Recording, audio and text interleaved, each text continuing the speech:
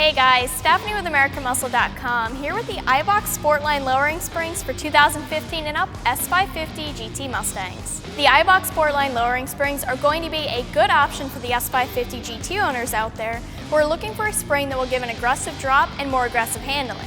This spring is perfect for those S550 GT owners out there that are willing to sacrifice some of the nicer amenities of a soft ride quality in order to gain one of the biggest drops for the S550 from a lowering spring. Lowering springs have a big impact on the S550s. They can completely change the looks of the car without having to change a lot, and the Sportlines offer one of the largest drops for these cars. The Sportline springs are going to drop the GT about 1.5 inches in the front and 1.3 inches in the rear. And like I said, it doesn't get much lower than this for the S550 from a spring, and this is an aggressive drop. The drop will change slightly depending on if the car is a coupe or convertible due to the weight differences between the models. But depending on your wheel and tire setup, this drop is going to eliminate nearly all of the wheel gap that the GT has from the factory, and it's going to leave the car nearly tucking tire but sitting just above depending on what size wheels you have. Now, a 1-inch drop is pretty standard across the board for the S550, and I would say that 1 inch lower is pretty significant for these cars, and I mean significant in both looks and performance changes. So that means the 1.5 inch drop that the Sportlines offer is the max drop from a spring that you're going to be able to find. This drop will lower the car's center of gravity enough to create more track-like handling capabilities. These springs are really going to reduce squat during acceleration and reduce wheel hop as well. You're also looking at much less body roll during cornering and less nosedive during braking. Lowering the center of gravity this much on the S550 means that these springs are really going to change and tighten up the handling of these cars. Now, if you think 1.5 inches is too much of a drop, or you really want to hang on to some of those softer ride quality characteristics, Eibach also makes a Pro Kit lowering spring. They drop the car about 1 inch all the way around, and they will ride differently than the Sportline kit, a little bit more comfortably. To really lay this out, I would say that the Sportline springs are more aggressive and better suited for some track use, or for those that are really looking for high performance and forceful looks. They're an all the way around more aggressive spring.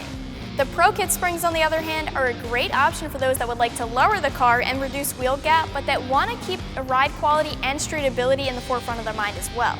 This doesn't mean that the Sportline kit won't work on a daily driven car. It'll work just fine. It really all comes down to your personal preference and what you want out of the springs. The Sportline springs, like the Pro Kit springs, are still a progressive spring. Progressive springs concentrate on providing balance at all times in order to improve handling. I will say though that since the drop here is more aggressive than most other springs, and keeping the spring rate in mind, that these springs are not the most ideal for drag racing. There are some better options available on the site for you guys that want to hit the drag strip. Those other options will allow for more weight transfer and give you better results on the drag strip. Now, these springs do provide an aggressive drop, but they are still going to work with both the factory wheels and the pre-configured wheel and tire kits that are on the site. These springs aren't going to make the car difficult to drive places, but you will need to be a little bit more careful. They're going to be stiffer than the factory springs as well, so you will notice some more road noise and bumps. But I won't say that these give a bad ride quality at all. They're just not as soft as factory. I do want to say that a lot of times when you're shopping for lowering springs, you're also shopping for things like adjustable caster camber plates and a new set of both shocks and struts.